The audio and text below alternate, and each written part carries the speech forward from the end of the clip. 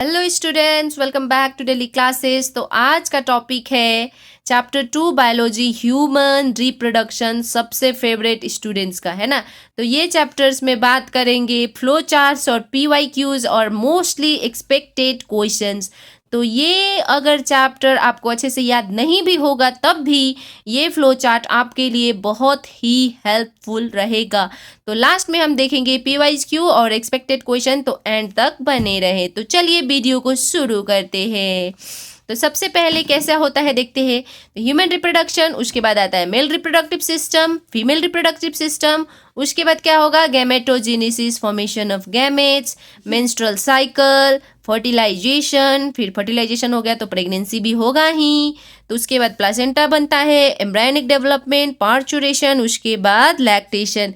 तो ये अगर आपको डिटेल में पता नहीं है तो आप मेरे चैनल को विजिट कर सकते हैं डिटेल के लिए, ठीक है। तो अब देखते हैं मेल रिप्रोडक्टिव सिस्टम का फ्लो चार्ट। ओके गाइस, तो देखते हैं मेल रिप्रोडक्टिव सिस्टम में। तो सबसे पहले ये वीडियो आपको डिटेल में मेरे चैनल पे देखने को मिल जाएगा, ठीक है। तो ये जस्ट फ्लो चार्ट है जिसके थ्रू आप ये चैप्टर बहुत ही आसानी से रिवाइज कर सकते हैं।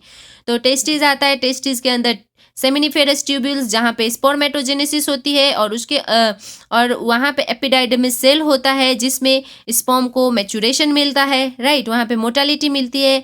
उसके बाद वास डिफरेंस में आता है इजैकुलेटरी डक्ट और उसके बाद स्पर्म जो है यूरेथ्रा में ट्रेवल करता है। और मेल रिप्रोडक्टिव सिस्टम में कुछ एसेसरी ग्लैंड्स है, that is seminal vesicle, prostate gland, bulbo urethral और वहाँ पे शीमेन फॉर्मेशन होता है, ठीक है गाइस। नेक्स्ट आता है फीमेल रिप्रोडक्टिव सिस्टम। तो यहाँ पे फीमेल रिप्रोडक्टिव सिस्टम के जो मेन है वही मैं बताऊंगी क्योंकि ये फ्लो चार्ट है तो छोटा ही चाहिए, राइट। तो ओवरी के अंदर oogenesis है ना, फॉर्मेशन ऑफ फीमेल गैमेट। उसके बाद वो ट्रांसफर होके आता है फेलोपियन ट्यूब में, स्पर्म पहुंच जाता है फेलोपियन ट्यूब में, वो दोनों मेल मिलाप करके फर्टिलाइजेशन करेंगे, फिर यूटेरस में इम्प्लांटेशन हो जाएगा, है ना।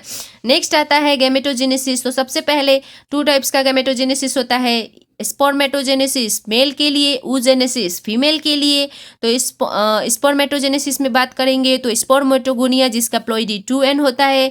फर्स्ट में प्राइमरी स्पर्मेटोसाइट्स बनाएगा, उसके बाद सेकेंडरी, उसके बाद स्पर्मेटिड, उसके बाद जो होता है स्पर्मेटोजुआ जिसका प्लॉइडी n होता है और यही वाला जाके फीमेल से मेल मिलाप करता है और उसके बाद क्या होता है फर्टिलाइजेशन।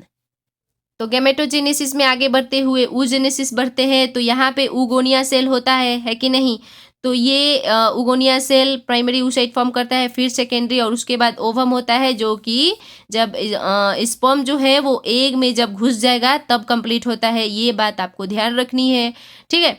तो यहाँ पे स्पर्मेटोजेनेसिस और oogenesis में मेजर डिफरेंस क्या है कि स्पर्मेटोजेनेसिस जो है वो मेल में प्यूबर्टी के बाद आता है, वेयर एज oogenesis जो है क्या है वो बिफोर बर्थ ही स्टार्ट हो जाता है, फेटल लाइफ में ही, ठीक है। Next come menstrual cycle. तो मेंस्ट्रुअल साइकिल का फेज 4 होता है। एक होता है मेंस्ट्रुअल फेज जो कि 1 से 5 दिन के लिए रहता है। मेंस्ट्रुअल साइकिल जो है 28 to 29 डेज के लिए होता है, राइट। तो उसमें 1 से 5 दिन तक menstrual phase, follicular phase 6 to 13 days, ovulation 14 days, luteal phase 15 to 28 days. और यहाँ पे कौन कौन से हार्मोन रिलीज होते हैं, FSH release oestrogen, LH is luteinising hormone release progesterone, ठीक है। तो ये अगर आपको बहुत ही डिटेल में जाननी है तो आप मेरे चैनल को विजिट कर सकते हैं और वहाँ पे आपको बहुत ही डिटेल में पीवाईक्यूज के साथ मिलेंगे देखने के लिए, ठीक है। तो आगे बढ़ते हैं। ओके, तो हम पहुँच चुके हैं फर्टिलाइजेशन पे। तो सब कुछ रेडी है ना। स्पर्म भी रेडी है, ओवम भी रेडी है। तो वो दोनों का आप क्या करेंगे, जोड़ी मिलाएंगे, है ना। तो यहाँ पे स्पर्म जो है एम्पुलरी रीजन में पहुंच जाएगा, वहाँ पे एक्रोजोमल रिएक्शन करेगा सेकेंडरी oocytes के साथ और उसके बाद सेकेंडरी oocytes के अंदर स्पर्म घुस जाएगा, है ना। वहाँ पे क्या होगा, सेकेंडरी oocyte जो है वो ओवम बन जाएगा सेकेंड पोलर बॉडी के साथ और वहाँ पे क्या होगा फर्टिलाइजेशन होके जाइगोट फॉर्मेशन होता है ना। उसके बाद क्लीवेज स्टार्ट होता है। फिर ये जाइगोट जो है अपने आप को माइटोटिक डिवीजन करके मॉड्यूला ब्लास्टोसिस बना के, जब ब्लास्टोसिस बनता है 32 सेल स्टेज पे, तो वहाँ पे जाके यूटेरस वॉल पे क्या करेगा, अपने आप को चिपका लेगा, जिसको बोलते हैं इम्प्लांटेशन। और इम्प्लांटेशन के बाद क्या होता है, प्लासेंटा फॉर्म होता है जो कि connection between mother and foetus होता है कि नहीं। और प्लासेंटा का काम है हार्मोन सिक्रेट करना, लाइक प्लासेंटा हार्मोन भी सिक्रेट करता है। क्वेश्चन आता है कि which hormone secreted by placenta, तो आपको लिखना है HCG, HPL, एस्ट्रोजन, प्रोजेस्टेरोन। उसके बाद होता है एम्ब्रायनिक डेवलपमेंट और उसके बाद वो बन जाता है फीटस। नेक्स्ट कम पार्चुरेशन, तो पार्चुरेशन में क्या होता है, डिलीवरी ऑफ द बेबी। तो यहाँ पे बच्चा जो है पेट के अंदर वो फुली डेवलप फीटस बन जाएगा। उसके बाद ऑक्सीटोसिन रिलीज करेगा हमारा पिट्यूटरी ग्लैंड, है ना।